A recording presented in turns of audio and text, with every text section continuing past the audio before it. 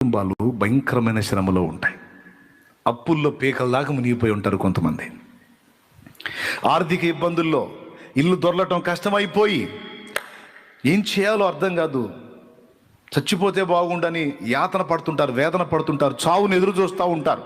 అప్పుల బాధ భరించలేక కుటుంబ సభ్యులు ఇంటిలో వెలిగించబడిన ఒక దీపం ఉంటే ఆ వ్యక్తి వెలిగించాల మిగిలిన వాళ్ళని.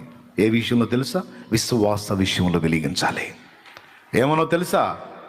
కృంగిపోవద్దు, భయపడవద్దు, నిరుత్సాహపడవద్దు. మనం ప్రభువుని నమ్ముకున్నాం, యేసై బిడ్డలం. ఆయన మనల్ని అవమానానికి అప్పగిస్తే అవమానం పొందుదాం. ఆయన మనల్ని రోడ్డు పాలు అవటానికి అప్పగిస్తే రోడ్డు పాలు అవుదాం. అంత మహామహుడే ఆ మహిమను వదిలిపెట్టి మన కోసం వచ్చి నవ్వుల పాలయ్యాడు కదా. ఉమ్ములు సహించాడు, కొరడా దెబ్బలు తిన్నాడు, పిడి గుద్దులు తిన్నాడు, అరచేతి దెబ్బలు తిన్నాడు.